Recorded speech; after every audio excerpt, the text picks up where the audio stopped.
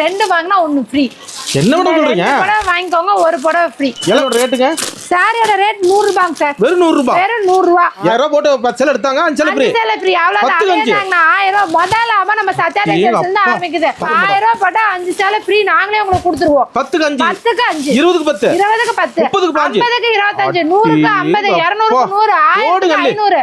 எத்தனை எடுத்தாலும் சரி பாதிக்கு பாதி ஃப்ரீ உங்களுக்கு. 1000 சேலை காசு கொடுங்க, 500 சேலை வாங்கிக்கோங்க. 1000 சேலை வாங்க முடியல, 100 காசு இருக்கா 100 வாங்கிக்கோங்க, 50 ஃப்ரீயா வாங்கிக்கோங்க.